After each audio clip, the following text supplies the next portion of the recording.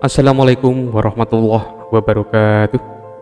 Apa kabar anak-anakku yang soleh dan solehah? Kita akan belajar mata pelajaran ilmu pengetahuan dengan materi sifat-sifat bunyi. Oke anak-anak, mari kita mulai saja. Bunyi adalah sebuah gelombang yang dihasilkan oleh benda yang bergetar. Bunyi yang kita dengar dihasilkan oleh sumber bunyi. Jadi bunyi itu dihasilkan oleh gelombang benda yang bergetar, ya, dan yang menghasilkan bunyi itu disebut sumber bunyi.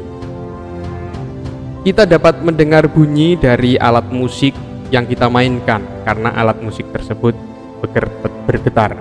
Seperti contoh gambar di bawah ini. Nah, ini ada gendang, ya. Ini bergetar, membrannya ini kalau dipukul bergetar sehingga mengeluarkan bunyi. Gitar juga demikian, ya. Ini juga bergetar, dawainya atau senarnya. Ini juga bisa menghasilkan bunyi. Sedangkan trompet, ini ada membran yang ada di dalamnya atau pita membrannya ini kalau ditiup juga bergetar sehingga bisa mengeluarkan bunyi. Sehingga alat-alat yang ada di sini ini semuanya bisa bergetar sehingga mengeluarkan bunyi yang bisa kita dengarkan. Kita juga dapat mendengar suara kita sendiri, ya. Saat kita berbicara, pita suara yang terdapat di dalam tenggorokan bergetar. Oke, perhatikan gambar. Tenggorokan ada di sini. Nah, pita suara itu ada di dalam sini. Ketika kita berbicara, pita suara tersebut bergetar sehingga bisa mengeluarkan suara melalui mulut. Nah, kita bisa mendengarkan suara kita sendiri, bahkan juga bisa mendengarkan suara orang lain. Ini sumber bunyinya adalah pita suara yang ada di dalam tenggorokan. Nah anak-anak, kesimpulannya, jadi semua benda yang dapat menghasilkan bunyi disebut sumber bunyi. Faktor yang mempengaruhi besar atau kecilnya bunyi yang dihasilkan adalah yang pertama, jarak sumber bunyi terhadap penerima. Nah, di sini apabila jaraknya jauh, maka bunyinya pasti akan terdengar lemah. Tapi apabila sumber bunyi jaraknya dekat, maka kita akan mendengar suara tersebut lebih kuat. Yang kedua, kuat atau lemahnya getaran yang dihasilkan.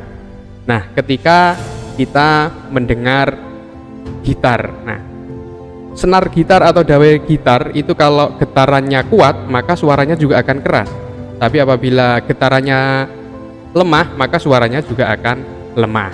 Yang ketiga, energi yang dibutuhkan untuk menggerakkan bendanya, ya. Suatu misal kita memukul kentongan.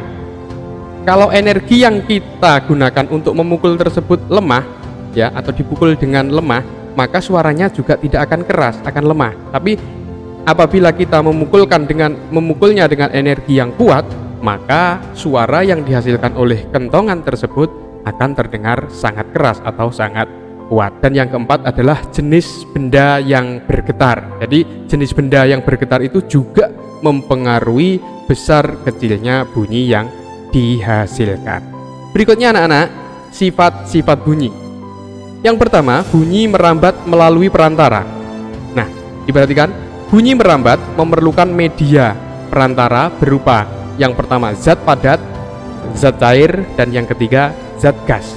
Namun bunyi tidak dapat merambat dalam ruang hampa. Ruang hampa itu artinya tidak ada udaranya, seperti di luar angkasa. Nah, di sini ada contoh untuk zat padat yang pertama.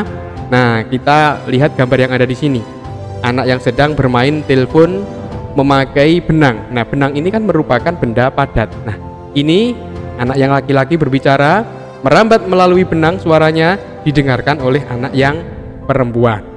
Ini bukti bahwa bunyi dapat merambat melalui zat padat. Sedangkan berikutnya, contoh yang kedua adalah bunyi merambat melalui zat cair. Nah, di sini ada ember yang terisi air penuh. Nah, di sini ada torong, ya. Torong dimasukkan, kita dengarkan lewat atasnya dan kita pukul-pukul ember tersebut. Maka di torong tersebut akan terdengar suara pukulan yang melalui ember rambatkan melalui zat cair. Jadi ini membuktikan bahwa bunyi bisa merambat pada zat cair. Dan yang ketiga, bunyi bisa merambat lewat gas atau zat gas dibuktikan ketika kita berbicara seperti ini ya. Ini tidak ada perantaranya kan seolah-olah, tetapi ini ada perantaranya. Apa itu? Udara ya, udara. Jadi yang sebelah sini berbicara, yang sebelah sini mendengarkan. Suaranya merambat melalui udara. Udara merupakan zat gas. Nah, itu dari contoh bahwa bunyi merambat melalui perantara. Yang kedua, sifat bunyi yang kedua, bunyi termasuk gelombang longitudinal. Bunyi merupakan gelombang longitudinal, yaitu memiliki gelombang dengan arah rambat yang sejajar dengan arah getar. Nah, ini sumber bunyinya. Di sini ada gambar speaker, di sini ada gambar telinga. Nah, gelombang longitudinalnya seperti ini. Nah, ini searah ya, searah. Jadi arahnya ke sini sehingga suara yang dari speaker ini bisa diterima oleh telinga karena merupakan bentuk gelombang longitudinal. Yang ketiga, sifat bunyi dapat dipantulkan. Bunyi dapat dipantulkan apabila mengenai dinding pemantul yang sifatnya keras dan padat. Contohnya, bunyi dapat memantul jika mengenai batu, kaca, dinding atau papan. Pokoknya yang keras, ya, yang keras dan rata. Nah, di sini ada contoh seseorang sedang menghadap tebing, yang tebing ini berupa batuan, ya, batuan yang keras. Dia berteriak, maka suaranya akan memantul kembali ke dirinya. Nah, ini gambarnya. Ini suara yang dikeluarkan, yang merah tajam ini, terus dikembalikan dengan merah yang agak redup ini. Nah, kalian juga bisa mempraktekannya ketika berhadapan dengan tembok ya. Kalian di dalam gedung yang tidak ada benda lain, hanya gedung saja, kalian berteriak, maka suara kalian akan dipantulkan kembali ya, Tuhan anak. Sifat bunyi yang keempat, bunyi mengalami pembiasan. Pembiasan adalah peristiwa membeloknya gelombang bunyi. Contoh, bunyi mengalami pembiasan yaitu bunyi petir atau halilintar pada malam hari yang terdengar lebih keras daripada siang hari. Jadi ketika siang hari, halilintar atau petir itu dibandingkan dengan malam hari, itu suaranya lebih keras yang malam hari. Karena apa? Karena bunyi mengalami pembiasan. Itu anak-anak. Nah, sekarang kita masuki yang jenis-jenis bunyi. Jenis bunyi ada 3. Yang pertama, bunyi infrasonik. Bunyi infrasonik adalah bunyi yang memiliki frekuensi di bawah 20 Hz. Bunyi infrasonik ini hanya dapat didengar oleh beberapa jenis hewan saja seperti lumba-lumba, nah ini gambarnya lumba-lumba, jangkrik, ini gambarnya jangkrik, dan anjing ya. Jadi hewan-hewan inilah yang bisa mendengarkan bunyi infrasonik atau bunyi yang di bawah 20 Hz. Sedangkan yang kedua adalah bunyi audiosonik. Bunyi audiosonik adalah bunyi yang memiliki frekuensi antara 20 sampai dengan 20.000 Hz.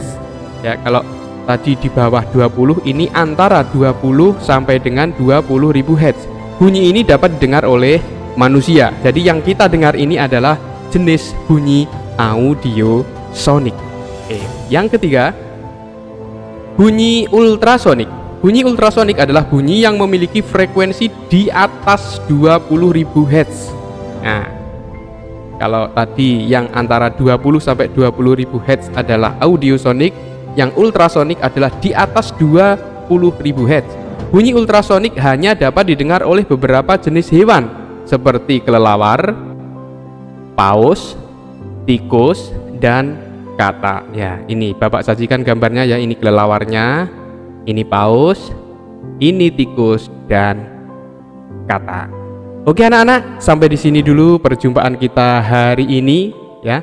Nanti akan kita lanjutkan di materi yang akan datang. Tetap patuhi protokol kesehatan dan salam sukses, tetap semangat. Wassalamualaikum warahmatullahi wabarakatuh.